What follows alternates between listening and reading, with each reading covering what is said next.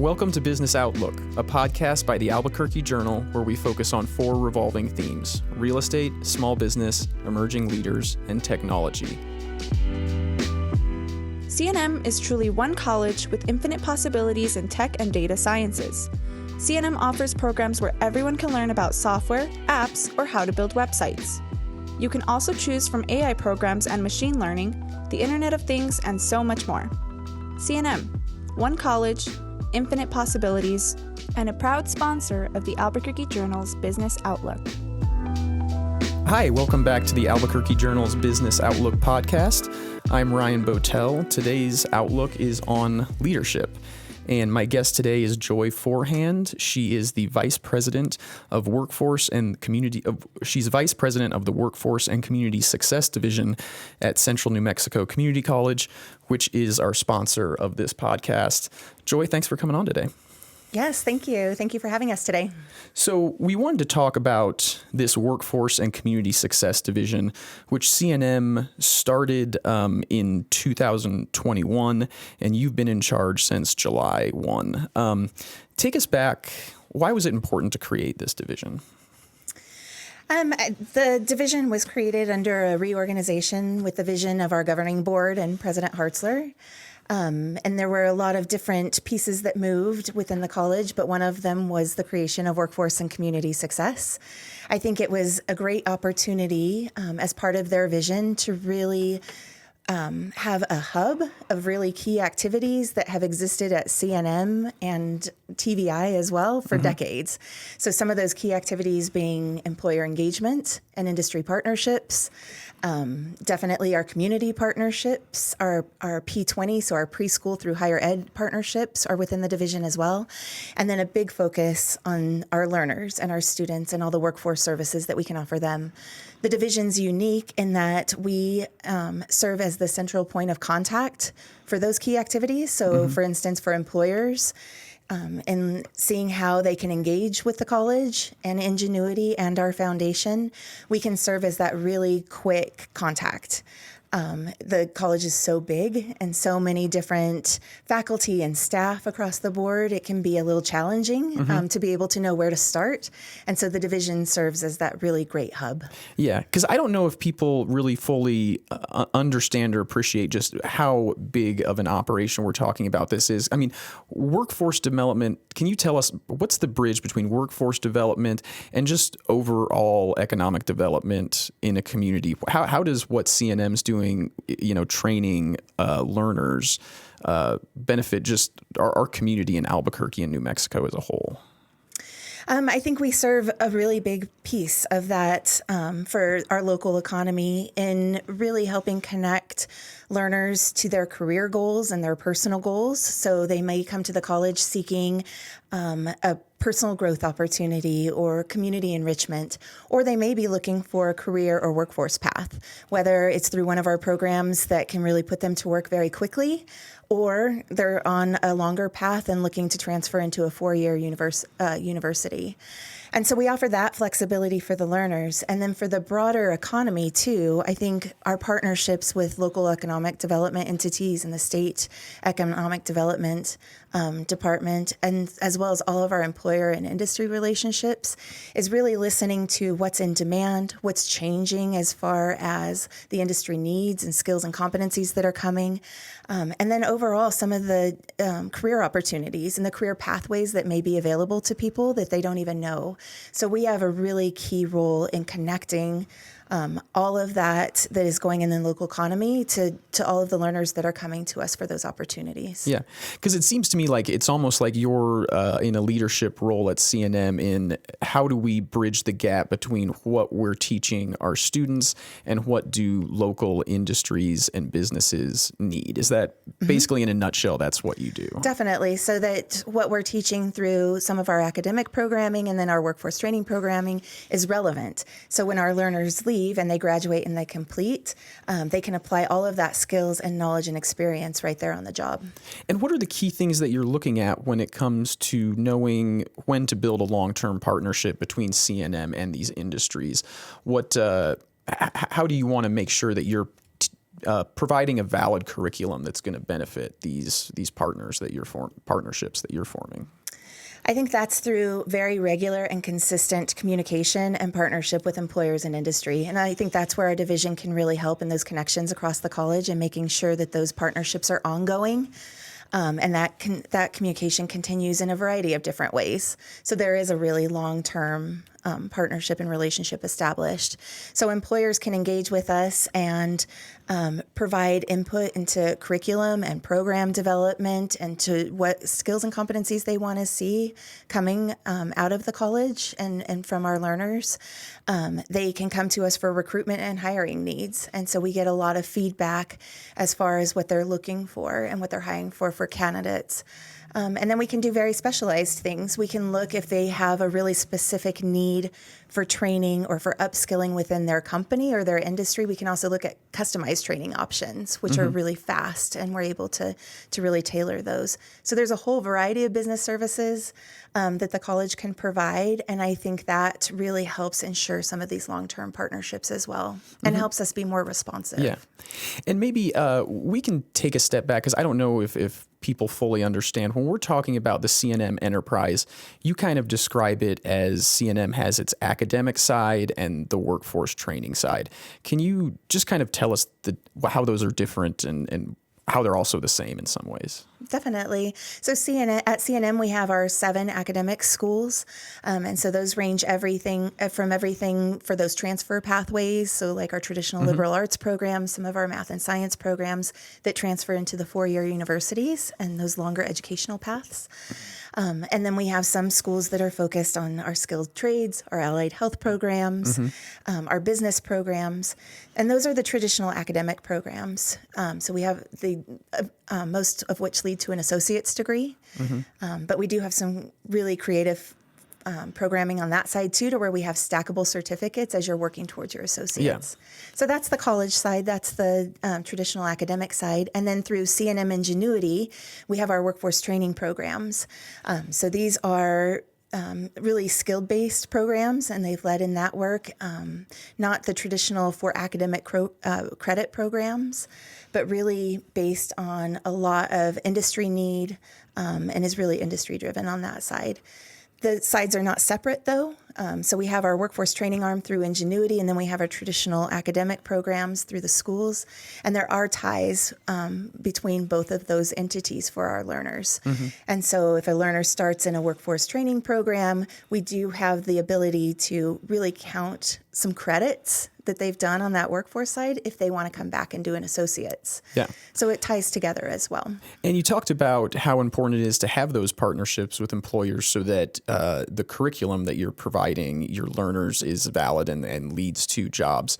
What are those key industries that you really have seen emerge in the Albuquerque, New Mexico area? And what kind of trends are you seeing and what employers need and want from your graduates?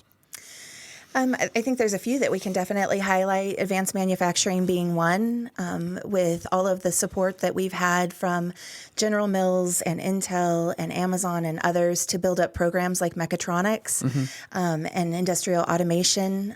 We have our industrial tool tech program, and then we have a new pre-engineering track as well. And so really responding to all of those needs that we're seeing currently from advanced manufacturing, but then especially with some projected growth that we're seeing from some of the announcements that have come from companies like Maxion and Ebon. Yeah. So definitely advanced manufacturing and making sure that we're meeting current needs as well as future expected needs. Allied health is definitely another area. And so we're seeing some real growth in these programs from everything from nursing and medical assisting to some of our really specialized programs like sonography. And I'm trying to remember the other one off the top of my head.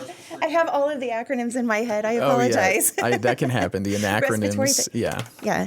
Respiratory therapy. We have a full range of healthcare programs that are available, which lead to some really exciting career pathways and upward mobility in healthcare as well, and working closely with huge partners from Presbyterian and Lovelace and UNMH, and then to a range of different clinics and offices as well. So really helping meet those needs in healthcare. Yeah. And I would imagine there's kind of an interesting issue at play, because when you were talking about, the type of training that you're trying to provide, you mentioned the major employers in New Mexico and Albuquerque. You mentioned these like $1 billion planned projects.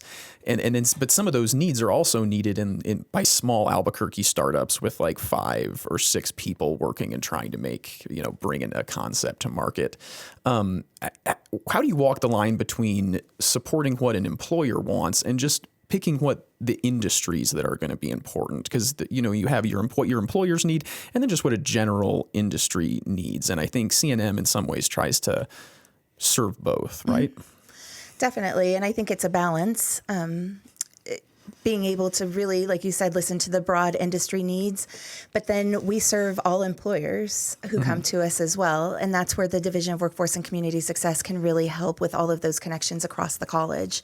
So as we have individual employers contact us, they may have a hiring need of 1 or 2 individuals, and we can make sure that we're tailoring business services to where they can post in our system and participate in some of our hiring events and meeting their needs as a small or medium-sized business as well. But it definitely is a balance. But I think with the spectrum, the wide variety of business services that we can offer, that we're able to really juggle all of those different needs coming in. Yeah. And, we've been talking about why it's important that these program graduates are hireable and get jobs after they leave CNM. There's also a push on getting your students paid internships while they're going through this training.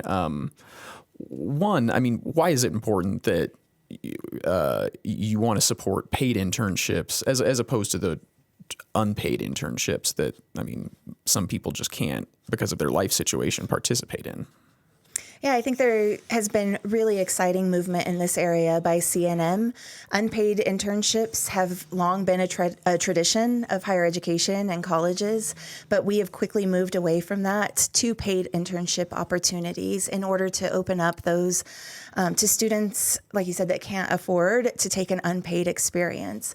The majority of our students are part-time. Most of our students are also working, and so income coming into their households is critical. And we want to make sure that we set them up on a path of success, but we don't limit some of these work-based learning opportunities like internships because they can't afford to quit a job or they can't afford not to have income coming in. So paid internships have been critical for the learners, as well as really opening up the door for them to have that on-the-job experience. We're hearing that from our employers quite a bit in all of the different feedback loops that we have with employers of various sizes across all of the industries. We hear it in our roundtables, our focus groups, and our advisory councils. We also hear it in our annual employer survey, is that on-the-job experience just really sets all of our learners and our students apart as really strong candidates. It helps them with some of the durable skills that are in demand, and so those are what I think have been referred to in the past as soft skills. So teamwork, communication, critical thinking, time management, all of those skills can really be further developed with an opportunity like an internship. And so we've had a real focus on opening up those opportunities across the college for students that may not have had that access in the past. And working closely with our employers, I think employers have been very open to internships as a really great talent pipeline strategy, as we've seen shortages, workforce shortages in a lot of these industries. And so they've been very open to really having our students and learners come on board because they may be potential employees at some point, which is really exciting as well, and really helps build up, I think, some of the interest in these industries as well, because it's different being in the classroom or the lab and experiencing the work through there. But then to go on to a work site and be able to see and hear it and be a part of it can really change some of the paths for individuals and really make them excited about what they've chosen to study. Yeah. And I would imagine getting some of the employers on board is probably a little bit easier because there's been an effort in recent years to subsidize some of these paid internships. How does that work, and how does CNM fit into that picture? Yeah, definitely. Internships are a big lift, and we recognize that. CNM has interns as well, so we know it as an employer ourselves. So hosting those interns can be a big lift. So we really work with employers in developing those specific internship positions and their internship programs, but also recognizing that it's also a financial ask of these employers. And so we've had various funding that has come in over the years, but the biggest funding opportunity that we've had is from the state through the New Mexico Higher Education Department. In the last couple of years, we've had a variety of funding streams that have been available to all of the institutions across the state. And in particular, CNM over the last couple of years has had a big share of the statewide funding that has been available. A lot of that funding we are pointing towards workforce training. And so that's funding a lot of the training opportunities through Ingenuity, and that's the majority of the funding. But we do have some funding that we've budgeted for paid internships and apprenticeships and really helping employers pay for those opportunities. Because if we're going to ask that they really join us in this paid internship campaign and really opening up those opportunities, that we really help pay for those as well. And the state funding has just been, the timing has been perfect for that. Yeah. Joy, what are some of those specific paid internships and apprenticeships that the Workforce and Community Success Division has helped create? So we have lots of examples across different industries and different types of businesses here locally. We have a great story recently about brothers that were students at CNM and have internships at Intel, which is exciting. And then we recently launched a Hire CNM campaign as well, where we're highlighting employers and they're providing testimonials and these great videos that highlight the interns' experience and the employer's experience in these paid internships. So some of those videos include companies like CNS Real Estate here in town, who have brought on a couple of our business students as interns, and that's been really successful. We have film internships through a local company called Catharsis Media, and so being able to really connect our film students to some of those production jobs. And then we have some great highlights too for some upskilling examples that have happened with General Mills. And then we work closely with institutions and very large entities that have had internship programs for a long time, like our partners at Sandia Labs. So they have a current internship program, and we really help align our internship work with that and helping them recruit our students for those opportunities. Okay, great. And talking about different partnerships, we were kind of talking there about some ones that CNM has had with specific companies, but you also talked about how you partner a lot with AREA, that's the Albuquerque Regional Economic Alliance. And one of their goals is also to recruit companies to Albuquerque who might not otherwise be here. Does that fit into your leadership role as vice president? Are you, actively involved in thinking what could the industries that could relocate to New Mexico be, and how might we make our state more appealing to them? Yes, our partnership with AREA has been really critical to a lot of our strategic planning that we're currently in the middle of.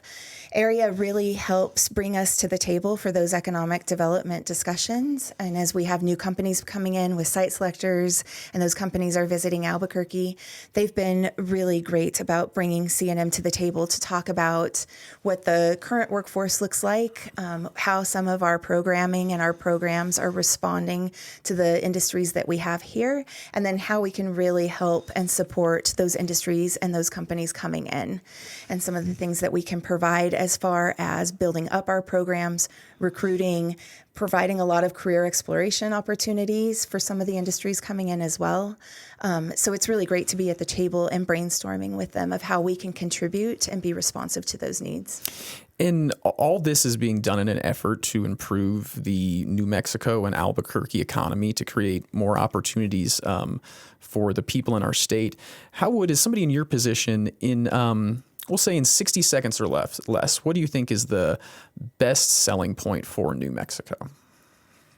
I think the best selling point for New Mexico is that we have an incredibly talented and agile workforce.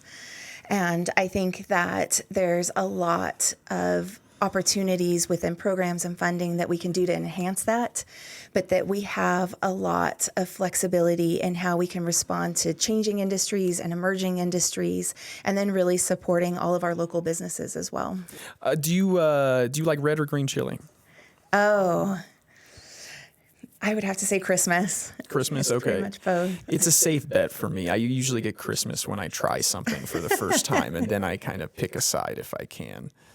All right, Joy Forehand, the Vice President of Workforce and Community Success Division at Central New Mexico Community College.